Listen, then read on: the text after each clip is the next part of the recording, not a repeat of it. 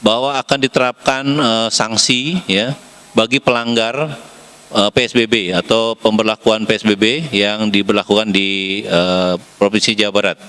Nah, ini saat ini sudah ada 13 ya, informasi terakhir ada 13 kabupaten kota yang sudah memiliki peraturan kepala daerahnya, baik bupati maupun wali kotanya, untuk penerapan sanksi bagi pelanggar PSBB.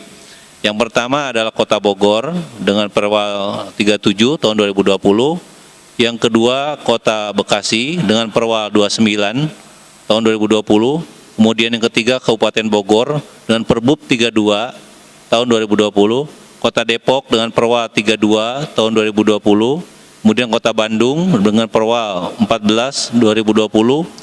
Kabupaten Bandung Barat dengan Perbup nomor 20 tahun 2020, Kabupaten Purwakarta dengan Perbup nomor 144 tahun 2020, Kabupaten Subang dengan Perbup nomor 34 tahun 2020, Kabupaten Sumedang dengan Perbup 45 tahun 2020, Kabupaten Tasikmalaya belum dicantumkan nomornya, kemudian Kabupaten Cirebon Perbup nomor 34 tahun 2020, Kabupaten Karawang dengan Perbup nomor 33 tahun 2020, kemudian Kabupaten Indramayu Perbup 29 tahun 2020. Oh, ini bertambah lagi ya untuk Kota Cimahi dengan peraturan wali kota nomor 14 tahun 2020. Jadi ada 14 ya, 14 kabupaten kota yang sudah memiliki peraturan kepala daerah untuk menetapkan sanksi bagi pelanggar PSBB.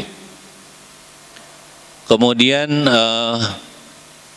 nanti untuk yang Pak Kadis Parbud mungkin nanti akan dijawab oleh beliau setelah ini. Berikutnya mengenai tes masif di pasar-pasar tradisional, atau deteksi kekerasan dalam aktivitas program yang ada di pemerintah Provinsi Jawa Barat. Nah, kemudian juga terkait dengan pariwisata yang ada, kita merujuk terhadap Pergub 46 ya, terutama ada pendekatan di sana, pendekatan zonasi ya. Yang pertama adalah zona hijau, biru, ya, kemudian juga kuning, merah dan hitam. Nah, ada beberapa yang masuk kepada zona biru, yaitu 15 kabupaten kota dan kemudian juga 12 kabupaten kota masuk zona kuning. Nah, berangkat dari zonasi tadi ada beberapa memang yang sudah melakukan adaptasi kebiasaan baru, terutama di sektor pariwisata. Kami melakukan evaluasi 1 minggu kemarin kita lakukan survei ke lapangan atau on the spot report di lapangan dengan kabupaten kota. Ada yang sudah menindaklanjuti terhadap Pergub 46. Walaupun di situ yang pertama di dalam pembukaan ini adalah pada saat adaptasi kebiasaan baru adalah tempat peribadatan ya, kemudian juga tempat kerja dan industri, kemudian juga yang ketiga adalah pasar, kemudian juga keempat adalah pariwisata. Jadi pariwisata mungkin nanti stepnya setelah mungkin PSBB Jawa Barat tanggal 12 Juni ya, ini yang kita akan lakukan evaluasi secara keseluruhan. Baru nanti sektor pendidikan. Nah, di perjalanan kami amati di lapangan ada beberapa kota ya, kota Cirebon sudah menerapkan ya, terutama intinya bagaimana dia bisa inline antara Pergub 46 dengan beberapa kebijakan tadi ya, kebijakan yang sudah menerapkan kaitan dengan para sanksi yang akan dilakukan di kabupaten kota, karena di dalam pasal Pergub 46 sanksi dilakukan oleh kabupaten kota. Maka dari itu kabupaten kota menindaklanjut tadi, ada beberapa kabupaten kota yang sudah akan memberikan sanksi di dalam pelaksanaan apabila ya pariwisata ini dibuka ya sejak diberlakukannya Pergub 46. Kemudian juga bagaimana mereka ada surat pernyataan ya, surat pernyataan antara bupati atau wali kota dengan penyedia jasa industri pariwisata.